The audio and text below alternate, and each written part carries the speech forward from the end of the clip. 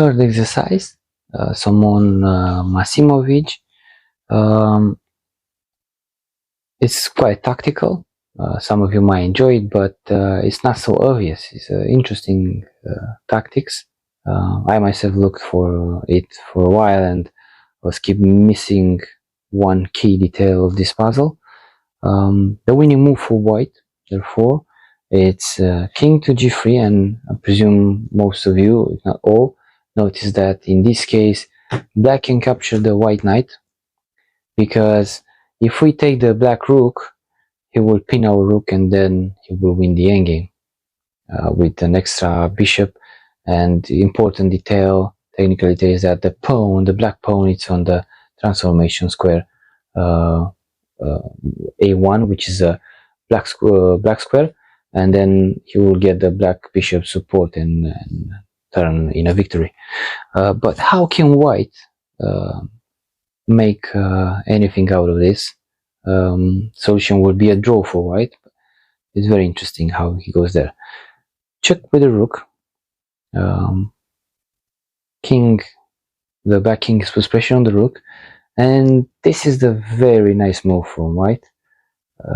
Rook to d5, and now a check with the bishop will force the black to lose the rook, so black will defend the rook, and if he moves the rook he will lose the bishop, and black moves bishop to bravo 6. Check again. Let's say he advanced the king, we capture the black bishop, he takes, and then we take the black rook.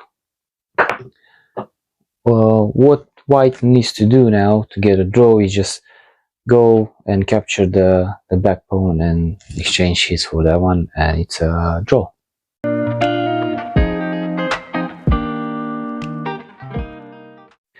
Puzzle 4 by Grigoriev.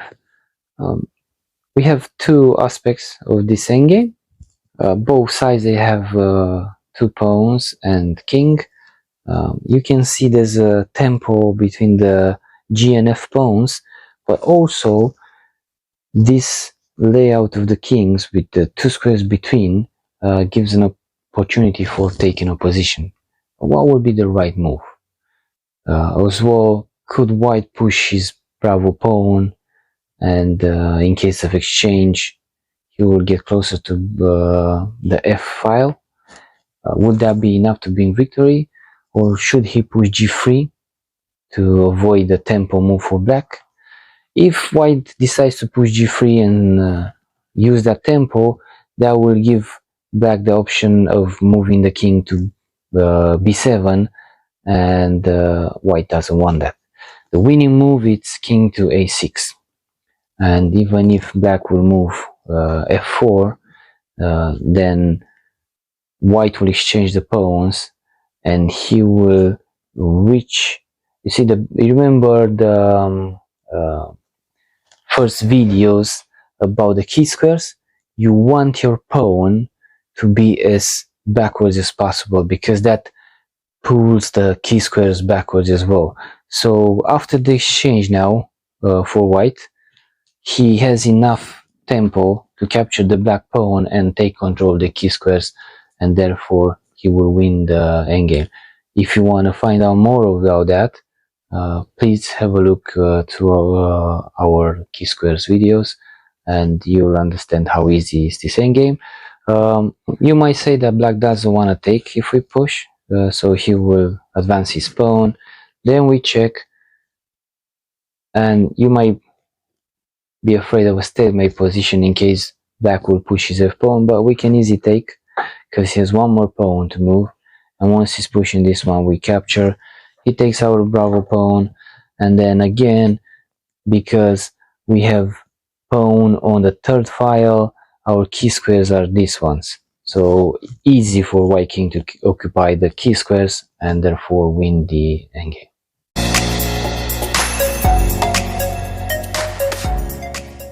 We close this video with a very easy fun puzzle, elementary level or entry level for our American guys. Easy win for white. It will be very hard to miss the win in this puzzle. Um, I can't express how much these endgames help me grow my chess level and strength. Obviously, as most of our followers, I still have lots of things to learn. But one thing I understood when I'm in a tournament is I definitely don't want to lose a game in the end game because I didn't know that. So please pay respect to those end games and attention and replay them from time to time, guys. You will pay dividends when you need them the most.